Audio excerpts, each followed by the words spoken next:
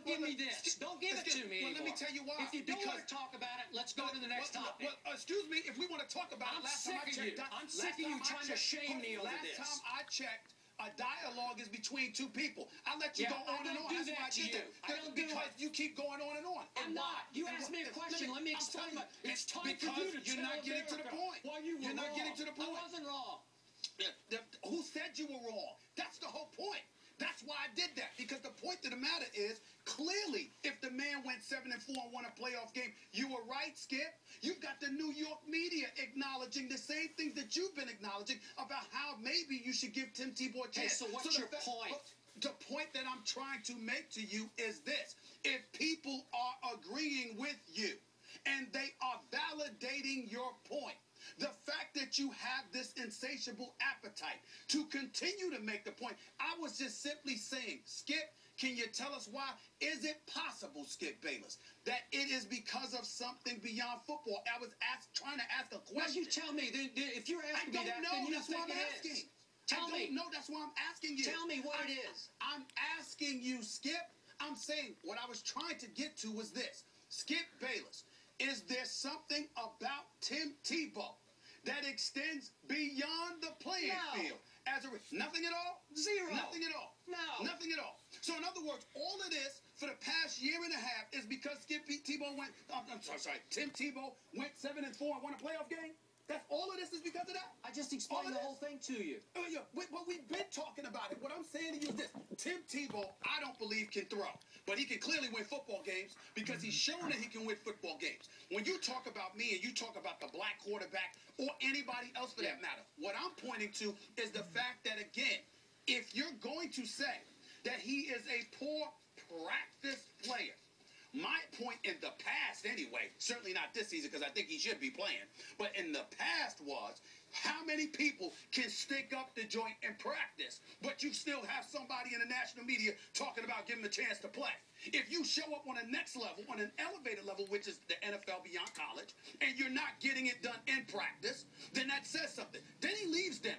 And after he leaves Denver, you're talking about receivers and other personnel saying, oh, thank God he's gone. We lamented that. He comes to New York. You have players giving anonymous quotes. Oh, we're done.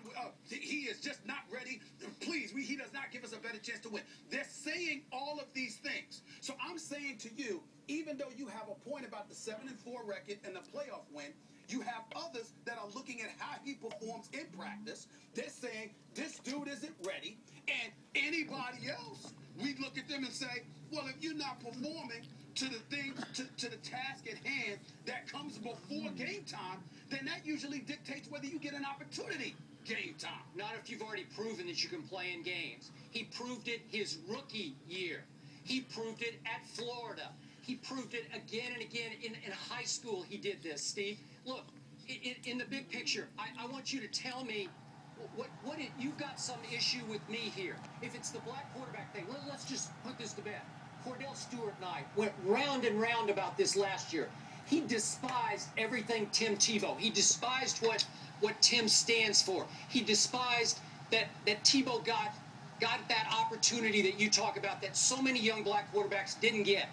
Cordell Stewart was forced as a rookie in Pittsburgh for a really good team that made it to the Super Bowl to be slash, to play slot back, to play halfback, to do other things than play quarterback because they had an incumbent starter, Neil O'Donnell, who finally stunk it up in the Super Bowl and was gone.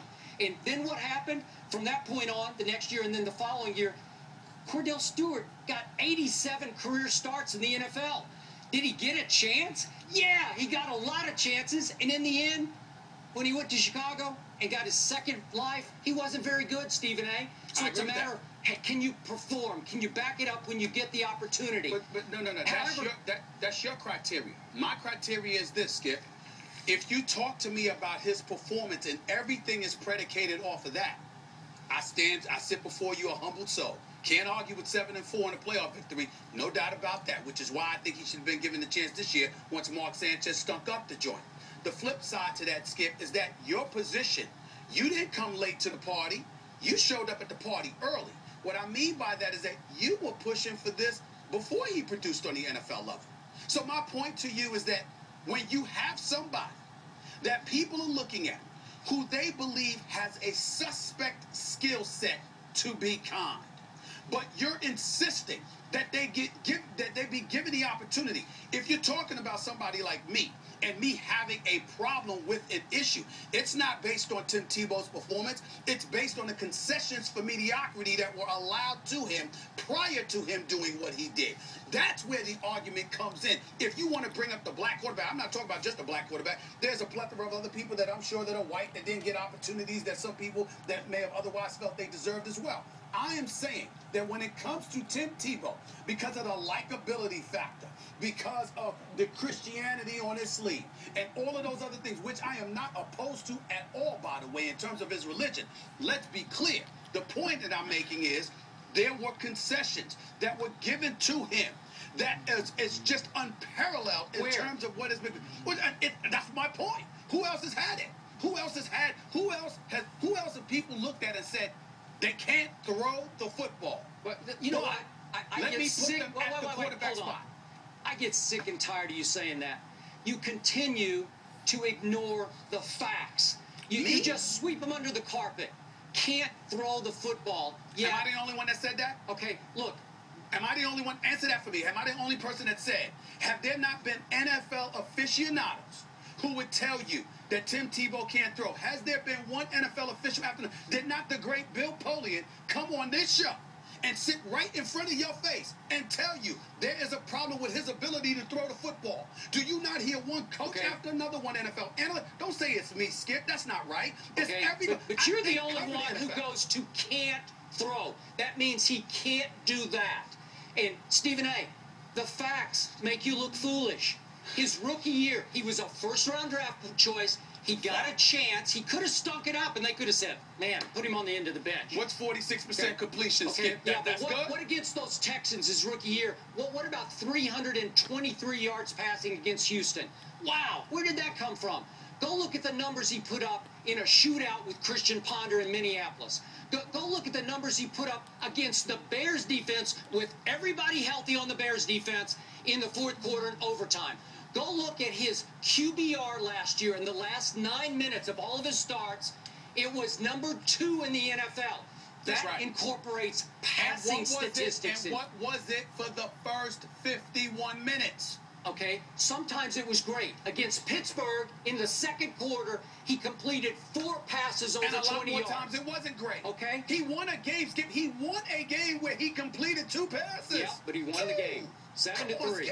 One big touchdown pass. Okay, so look, bottom line, I don't. You've got some deeper issue that you won't divulge here. Yeah, you do. Skip, with me. There's something going on here. Everything that I feel I have acknowledged on First Take right in front of your face. My position has not changed. What I'm saying, but I have nowhere to go because I'm saying to you, I put my cards out on the table.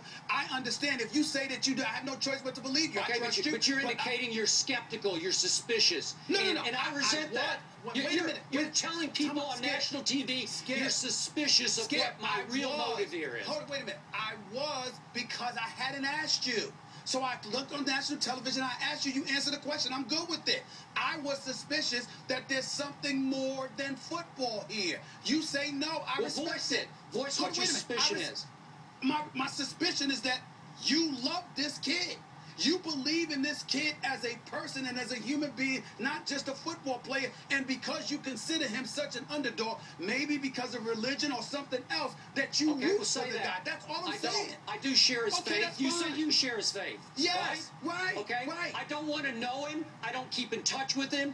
That's not what I said. I was forced to interview him at the Super Bowl. I was forced. But it was asked of me to interview him. I didn't get his number. I don't text him. But I never said. Wait, first of all, I never said you did. Number one. Number two, even if you did, I wouldn't care. There's nothing wrong with that. Well, there's nothing wrong with you. I'm just saying. But there's nothing wrong if you did. All I'm saying to you is that I believed that there was something more than just football going on here in terms of your support for him. I asked you the question. You answer it. You've never lied to me in all the years that I've known you, to my knowledge. I trust your opinion. So I asked you a question. That's all it is. I have been very clear about where I stand. I have been very clear that I think concessions for mediocrity have taken place where he is concerned, and I understand you don't like that, but I don't believe he can throw. That's all I've ever said about him negatively. I don't believe he can throw the football. And I stand by it today, and I believe that anybody else that had been in his position would have never gotten the opportunities that he has gotten. And they certainly wouldn't have gotten the notoriety. Now, that is a fact. There's nothing like Tebow mania. It's indisputable. Okay. It's indisputable. Much to your chagrin, there are those in our audience who are very interested in Tim Tebow. I'm not saying they love him. They're fascinated by him. Okay. And because of those people, I'm here to tell you, Stephen A., and tell our audience, I have seen and heard enough about Tim Tebow as a New York Jet. I was wrong. I thought this was a great landing spot for him. You thought it was a pretty good landing spot for him. So I'll be the first to say I was wrong. I'm sick and tired of seeing Tebow as a Jet. I want him out. I want you out there, if you believe in Tebow or you're interested, help out with this campaign, because I'm about to unleash a free Tebow campaign. Hashtag free Tebow. Here we go. I want an escape from New York because he's better than that and he deserves better.